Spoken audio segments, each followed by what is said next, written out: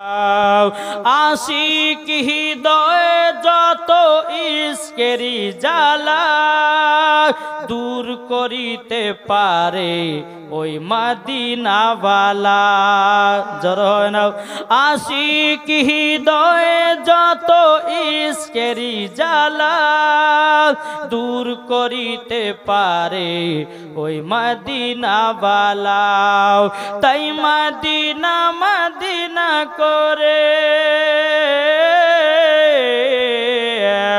তাই Medina Medina করি হয়ে যাও ফানা। আশিকেরি আসল জান্নাত সোনার মদিনা। জোর হয় না। এত মহব্বতে বলুন দাও। আমি পবিত্র কোরআন থেকে বাবা আয়াতে কারিমা তেলাওয়াত করেছি। আল্লাহ পাক আল্লাহ তাআলা বলতেছে আন-নাবিয়্যু আওলা বিল মুমিনিনা মিন আনফুসিহিম। আল্লাহ পাক আল্লাহ তাআলা বলছো আমার বান্দা বান্দিরা আমার নবী মুস্তাফা প্রত্যেকটা মুমিনের আত্মার চাইতে নবী নিকটে আছে। এটা জোর হবে না। আজ কিছু দল বাড়িয়েছে তারা বলতেছে নবী নাকি দুরূদ শুনতে পায় না, নবী নাকি কিয়াম শুনতে পায় না, নবীর প্রতি মিলাদ করলে নবী নাকি শুনতে পায় না। কে বলছে চল্লিশা করা যাবে না, কে বলছে চহরম করা যাবে না, কে বলছে আপনার কুল খতম করা যাবে না। এ বাবাজি মুসলমান ভাইরাও, বাবাজি যারা হলো হোসাইনি মুসলমান তারাই বাবা নবীর প্রতি দুরূদ কিয়াম করে। যারা এজিদি মুসলমান তারা নবীর প্রতি দুরূদ কিয়াম পড়ে নাও। বাবাজি অনেকে মান বলছে নবীর প্রতি দুরূদ পড়লে নবী নাকি শুনতে পায় না, নবীর প্রতি কিয়াম করলে নবী নাকি শুনতে পায় না। আচ্ছা বলুন নবীর প্রতি দুরূদ পড়লে পরে নবী শুনতে পায় কি পায় না? এটা জোরে বলেন না। এটা কি আমার কথা? এটা কোন মুফতির কথা, মুহাদ্দিসের কথা, কোন মাওলানার কথা না। আল্লাহর পবিত্র কোরআন বলছি আন-নাবিয়্যু আওলা বিল মুমিনিনা মিন আনফুসিহিম। প্রত্যেকটা মুমিনের আত্মার চাইতে নবী আমার নিকটে আছে। যদি নবী আমার আত্মার চাইতে নবী নিকটে থাকে, নবীর প্রতি দরুদ পড়েন, নবী আমার শুনতে পায়, নবীর প্রতি কিয়াম করেন, নবী আমার শুনতে পায়, নবীর প্রতি সালাম পড়েন, নবী আমার শুনতে পায়। এটাই বাবা ফেরেশতাদের আকীদা, এটাই বাবা তাবেঈনদের আকীদা, এটাই বাবা সাহাবাদের আকীদা, এটাই বাবা ওলিদের আকীদা, এটাই বাবা সুন্নিদের আকীদা। জোরে বলেন না সুবহানাল্লাহ। সুবহানাল্লাহ। ইয়া রাসূলুল্লাহ জিন্দাবাদ জিন্দাবাদ জিন্দাবাদ জিন্দাবাদ জিন্দাবাদ। আল্লাহু আকবার। এ বাবাজি মুসলমান ভাইরাও, শোনা মানে কেরাও, আমার আল্লাহ পাক আল্লাহ তাআলা বলছো আমার বান্দা বান্দিরা তোমরা যদি নবীর প্রতি যেখানেই দুরূদ পড়ো না কেন আমার নবীজি শুনতে পায়। জোরে বলেন। আমি কিন্তু একটু সুবহানাল্লাহ বেশি বলা করাবো, বলবেন তো? রাখবেন না তো? জি বাবাজি সুবহানাল্লাহ বললে লাভ না লস? আল্লাহ নবী বলতেছে কেউ যদি অন্তর থেকে একবার সুবহানাল্লাহ বলে তার জন্য হাসরের মাঠে একটা ফলের গাছ লাগানো হয়। জোরে সুবহানাল্লাহ। তো বাবাজি মুসলমান তেমন আল্লাহ পাক আল্লাহ তাআলা বলতেছে জান যেখানে নবী সেখানে। এটা বুঝবেন কিন্তু আমার নবী আল্লাহ বলছেন আন-নাবিয়্যু আওলা বিল মুমিনিনা মিন আনফুসিহিম। প্রত্যেকটা মুমিনের আত্মার চাইতে নবী যদি নিকটে থাকে তো জান যেখানে নবী সেইখানে। জোরে বলে।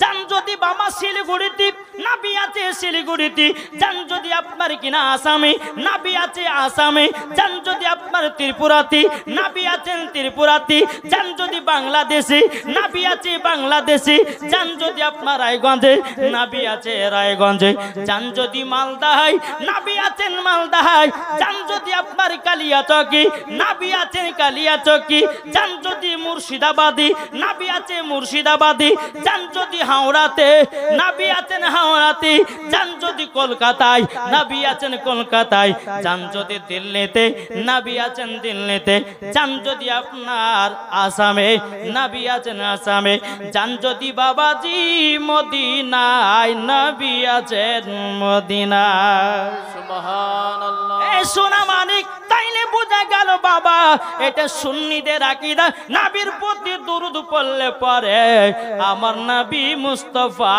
শুনতে পায়। শুনতে পায় কি পায় না বাবাজি? এই আমার আপনাদেরকে বলি, ঈমান আকীদা আমাদেরকে আগে ঠিক করতে হবে নাকি গো? এখন ইউটিউবের মধ্যে বহুত বক্তা বাড়িয়েছে। এক বক্তা তো বলছে রমজান মাসে 3 মিনিট আগে যদি কেউ ইফতার করে তো 100 নেকি, আর আজানের সময়তে কেউ যদি ইফতার করে তো তাকে 5 নেকি দেওয়া হবে। ওকে জুতার বাড়ি পিটার দরকার আছে না নাই? জি, ওই বক্তা আবার বলছে মহিলাদের মেন্সের অবস্থাতে কোরআন শরীফ পড়তে পাবে, জোরে করে নাউজুবিল্লাহ। এই বক্তা আবার বলছে নবী মুস্তাফা সাল্লাল্লাহু তাআলা আলাইহি সাল্লাম যখন তিনি কথা বলতেন তো তিনার মুখ থেকে নাকি দুর্গন্ধ বাড়াতো। ওকে জুতার বাড়ি পিটার দরকার আছে না নাই? এই বক্তার ওয়াজ শোনা চলবে? একটু জোরে বলেন। এই বক্তা যা আসবে ওর ট্যাং গুলা করে বাড়ি পেটাতে হবে।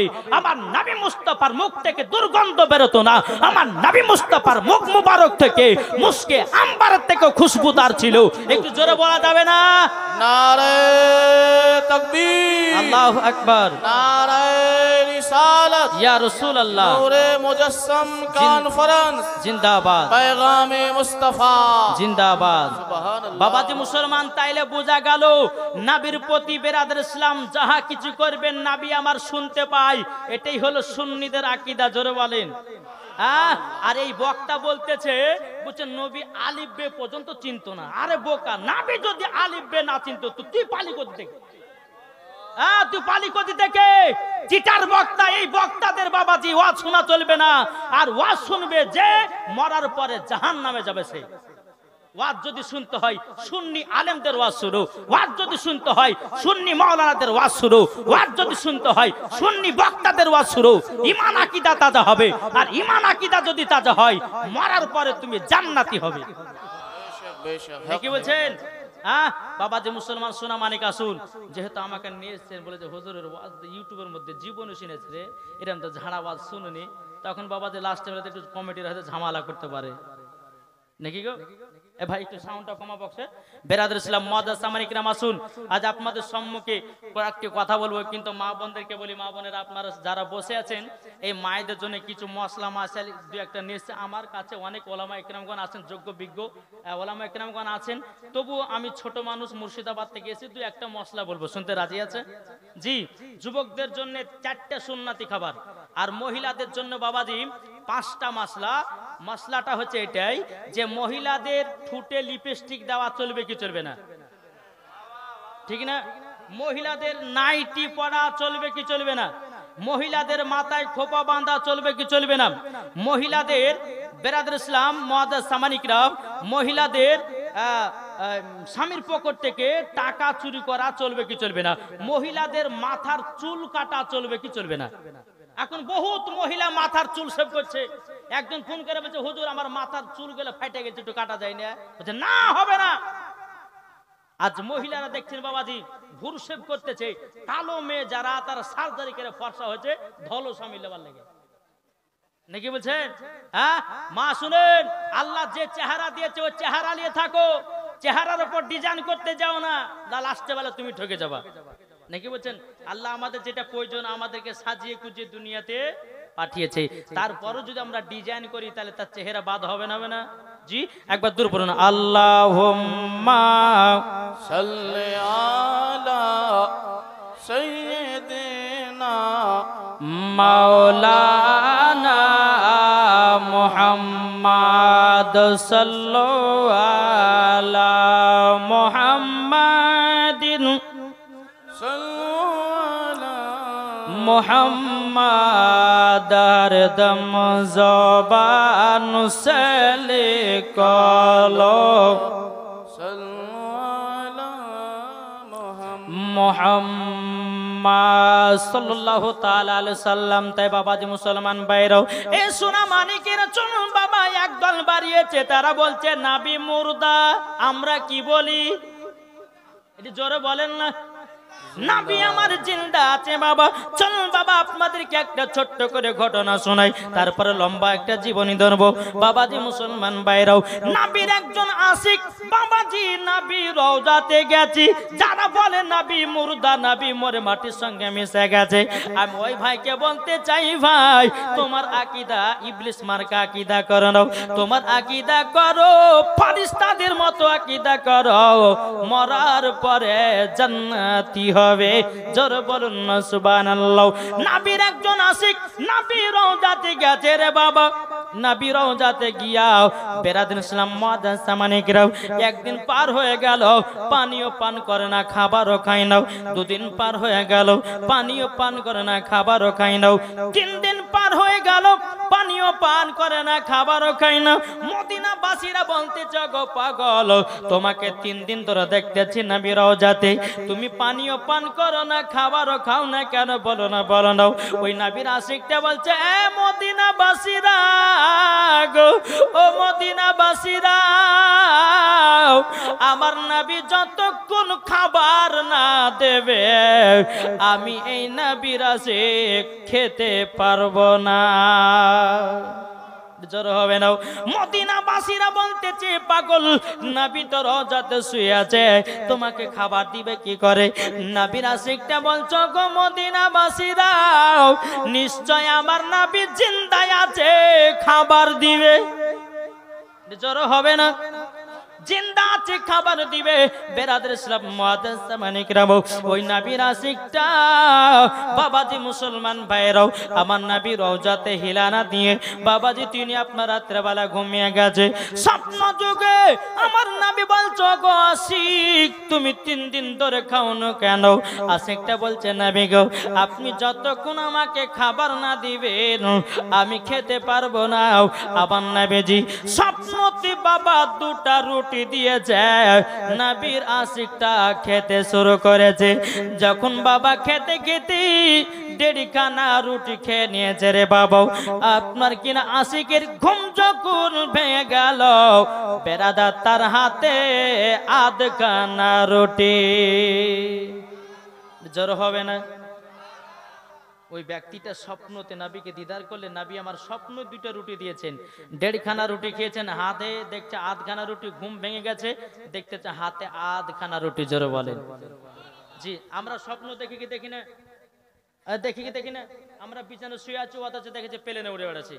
বিছানে শুয়ে আছি, মনে হচ্ছে কার সঙ্গে ঝগড়া করছি। বিছানে শুয়ে আছি, মনে হচ্ছে কেউ মরে গেছে, কিন্তু বিছানে শোয়ার পর ঘুম ভেঙে গেছে, না কেউ হতো মরে, স্বপ্ন দেখেছে। কিন্তু বাবাজি আল্লাহ পাক বলছে, যারা নবীকে স্বপ্নতে একবার দিদার করেছে তারা সত্যিকারে নবীর সঙ্গে দিদার করেছে। একটু জোরে বলবেন না সুবহানাল্লাহ? তাহলে নবীর সঙ্গে দিদার করা ইচ্ছা আছে না নাই? এটা হাত তুলে বলেন না গো। ইনশাআল্লাহ নবীকে আমরা স্বপ্ন দিদার করব। আর নবীকে যদি দিদার করতে চান তো বেরাদার ইসলাম কয়েকটা আপনাদেরকে জিনিস বলবো, ইনশাআল্লাহ মেনে চলবেন। আল্লাহ পাক আল্লাহ তাআলা যদি দয়া করে তো নবীর সঙ্গে আপনার সাথে স্বপ্নতে দিদার করায় দিবে। একটু জোরে বলুন সুবহানাল্লাহ। তাই বাবাজি মুসলমান, আমার মায়েদেরকে বলতে চাই, ও মা খালা, উঠাউঠি করবেন না, আপনারা চুপচাপ বসবেন। অনেক আমার ভাই জানারা এসেছেন, তাদেরকে বলতে চাই, বলে ভাই তোমরা যদি একটু মন দিয়ে যদি ওয়াজ শুনতে পারো তো বাবাজি শোনার পর আমল করতে হবে। আর আমল করার পর যদি আপনি মরতে পারেন, ইনশাআল্লাহ মরার পরে জান্নাতে। জোরে বলেন। জি, একবার দূর পড়ুন, আল্লাহুম্মা সাল্লি আলা সাইয়্যিদিনা মাওলানা মুহাম্মাদ আলা আলি সাইয়্যিদিনা মাওলানা মুহাম্মদ। মদের নবী জন্ম হলো যেদিন মক্কায়, সুকুন গাছে ফুল ফুটিল মরুর সাহারায়। একবার জোরে বলো ভাই, মদের নবী জন্ম হলো যেদিন মক্কায় শুকনো গাছে ফল ফুটিল মরুর সাহারায় মাগো মরুর সাহারায় কারেন্টের সাওয়ারি বোরা কয় তার গাড়ি কারেন্টের সাওয়ারি বোরা কয় তার গাড়ি আসমানেরই যাহার শুভ কামনা মাগো তোমার লালের নাই তুলনা জামা না দিবানা জোরে জোরে বলো না সুবহানাল্লাহ জামানা দিবানা ও গো মা আমিনা তোমার লালের নাই তুলনা মাগো তোমার লালের নাই তুলনা জোরে করুন সুবহানাল্লাহ।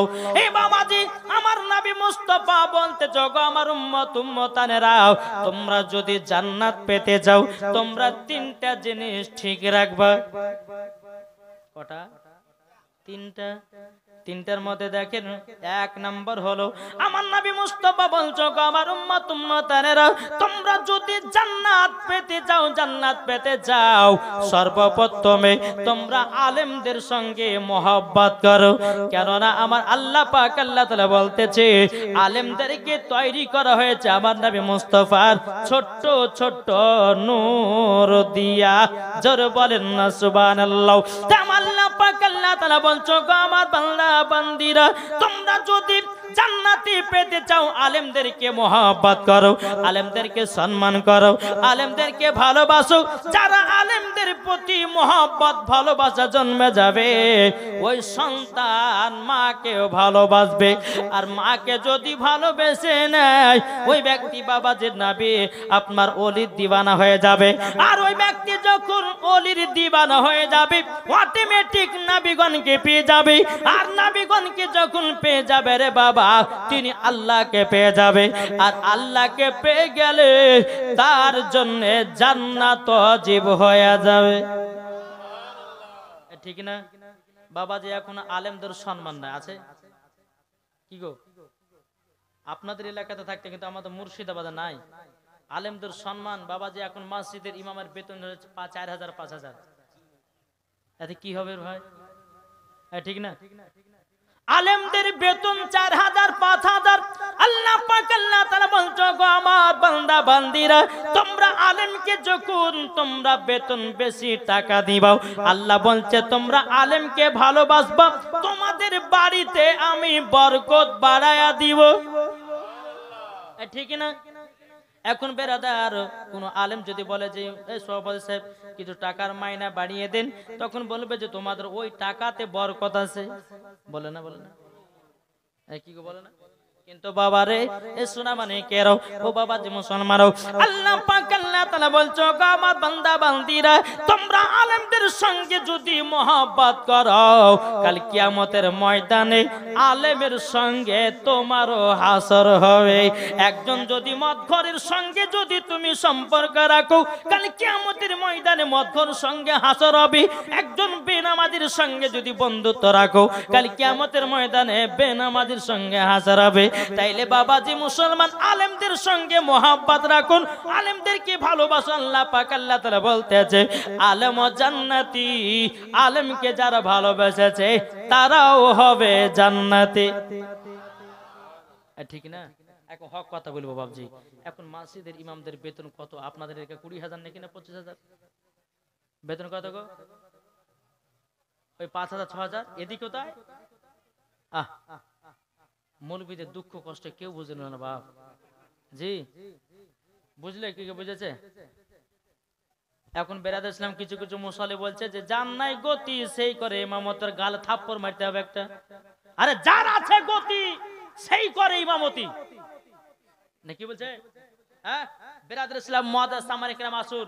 আমি মুর্শিদাবাদের এলাকাতে যখন মাদ্রাসা পড়াশোনা করতাম তো একটা মসজিদে থাকতাম তখন বেতন ছিল বাবা যে 1500 টাকা।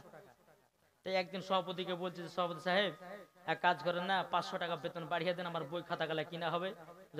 আপনাদের টাকা তো বরকত যতই হবে চুপচাপ থেকে গেলাম।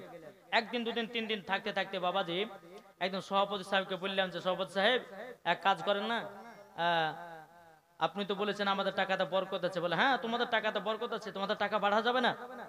তো কিছুদিন পর সভাপতি সাহেব বলছে ইমাম সাহেব 500 টাকা নেন আর জুম্মাতে একটা ফাতিহা করে দেন। বলে কেন?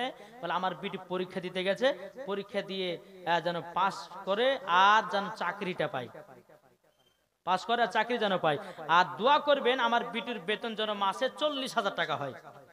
আমি আজ মসজিদে থাকবো নাহলে বিদায় নিব। ফাতিহা করতে রেখেছে, করতে করতে দোয়া করলে আল্লাহ গো সভাপতি সাহেবের বিটি পরীক্ষা দিতে যা পরীক্ষা যেন পাস করে, আল্লাহ তার বেতন যেন আমার মতো বেতন হয়, বুঝলেন না, আমার মতন যেন বেতন হয়। যেমনই বাবাই কথা বলেছি বাবাজি সভাপতি সাহেব বাবা গরমে গরমে তাকাচ্ছে, চোখ ফুলিয়ে ফুলিয়ে তাকাচ্ছে আর বলতেছে এই ইমাম সাহেব তোমাকে ফাতিহা করার জন্য 500 টাকা দিলাম আমার বিটির বেতন বাড়াবার জন্য। আমি বললাম গো সভাপতি সাহেব নিজেরটা ভাবো, ইমামেরটা তো ভাবো না। ইমামতে মাসে 1,500 টাকা বেতন দাও আর তোমার বিটির বেতন করতে চাইছো মাসে 40,000 টাকা। তোমার ভিতরে নিয়ত খারাপ, তুমি ইমামদের বেতন বাড়াও না, নিজের বিটির বেতনের কথা ভাবো।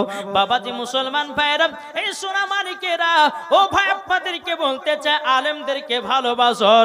আবার আল্লাহ বলতেছে যারা আলেমদেরকে ভালোবাসবে তারাও হয়ে যাবে জান্নাতি। জোরে বলুন না সুবহানাল্লাহ। যে আলেম না হলে পারে তোমার বাড়ির ফাতিহা হবে না, যে আলেম না হলে পারে তোমার বিটির বিয়ে হবে না, যে আলেম না হলে পারে তোমার বাপের জানাজার নামাজ হবে না, যে আলেম না হলে পারে তোমার বাড়ির ভালো ভালো কাজ হবে না, যে ইমাম না হলে পারে আপনার বেটি বেটা কোরআন শিখতে পারবে না, নামাজ শিখতে পারবে না। তাইলে বাবাজি এত ইমামের বেতন কম কেন?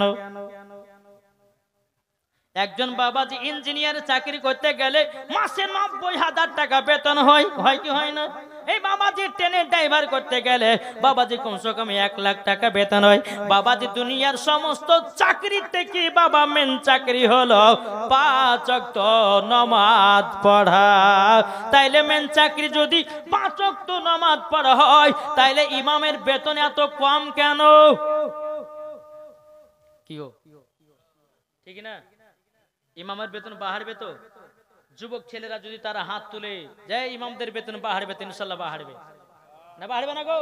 কত ইমাম বাবাজি 4,000-5,000 টাকা তো সংসার চালাতে পারে না, পারে গো? জি বাবাজি মুসলমান, তাই আপনাদেরকে বলতে চাই আমার নবী বলছে জান্নাত যদি পেতে চাও ইমামদেরকে মহব্বত করো, মরার পরে জান্নাতি হবে।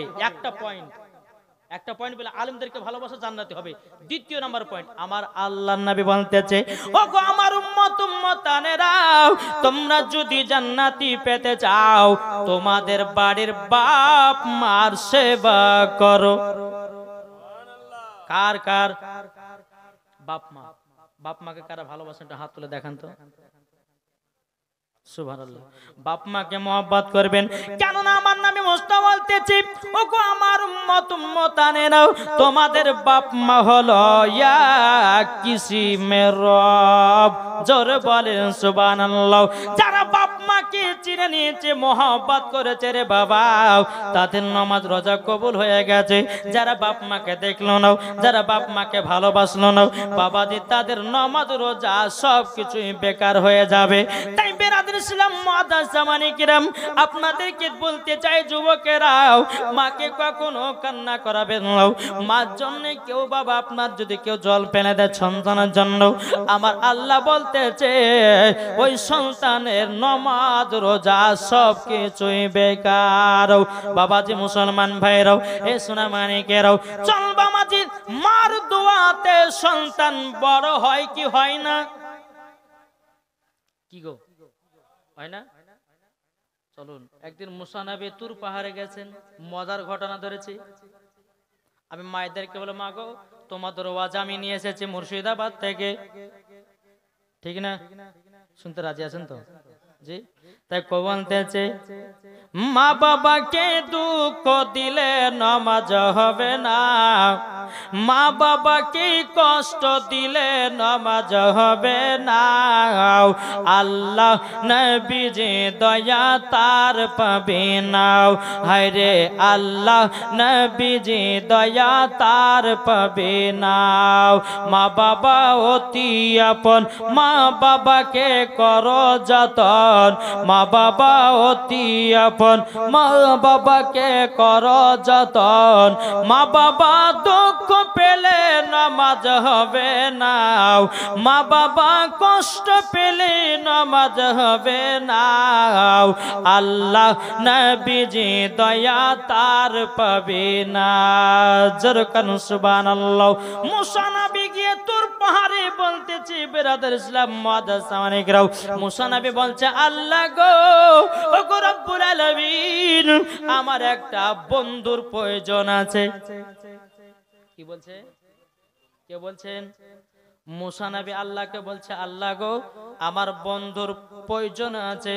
বেরাদার ইসলাম মাদাসামানিকরাও, আল্লাহ পাক আল্লাহ তাআলা বলছো গো মুসা নবী তোমার বন্ধুর প্রয়োজন মানে? মুসা নবী বলছে বলে আল্লাহ গো আপনারও তো বন্ধু আছে, আচ্ছা বলুন না আল্লাহ আর বন্ধুকে, এটা বলেন না আল্লাহর বন্ধু কে? জি নবী মুস্তাফা, আল্লাহর বন্ধু নবী মুস্তাফা। বেরাদার ইসলাম মুসা নবী বলছে আল্লাহ গো আপনারও তো বন্ধু আছে, আচ্ছা বাবাজি এ যুবকেরা তোমাদের বন্ধু আছে না নাই? এটা হাত তুলে দেখান তো কার কার বন্ধু আছে। বাবাজি মুসলমান ভাইরা সোনা মানিকেরাও, আপনাদেরকে একটা কথা বলে যাব, আসল বন্ধু কোনটা নকল বন্ধু কোনটা একটু চিনে যাবেন।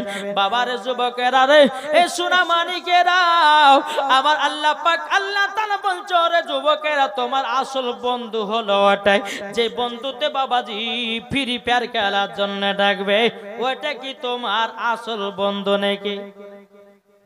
কি গো কোন বন্ধু দ্বারা একটা বন্ধু চলো মেলাতে যাব, ওটা আসল বন্ধু? কোন বন্ধুটা বলছে বন্ধু চলো আমরা খারাপ কাজের দিকে যাব, ওটা কি আসল বন্ধু? না বাবাজি না, তোমার ওটা আসল বন্ধু নাই। যেই বন্ধু তোমাকে বলবে বন্ধু চলো নামাজ পড়তে যাই, যেই বন্ধুতে বলবে বন্ধু চলো কোরআন পড়তে যাই, যে বন্ধুতে বলবে বন্ধু চলো রোজা করতে যাই, যে বন্ধুতে বলে বন্ধু চলো জালসা শুনতে যাই, যেই বন্ধুতে বলবে বন্ধু চলো আমরা ভালো কাজ করতে যাই, ওটাই হলো তোমার আসল বন্ধু।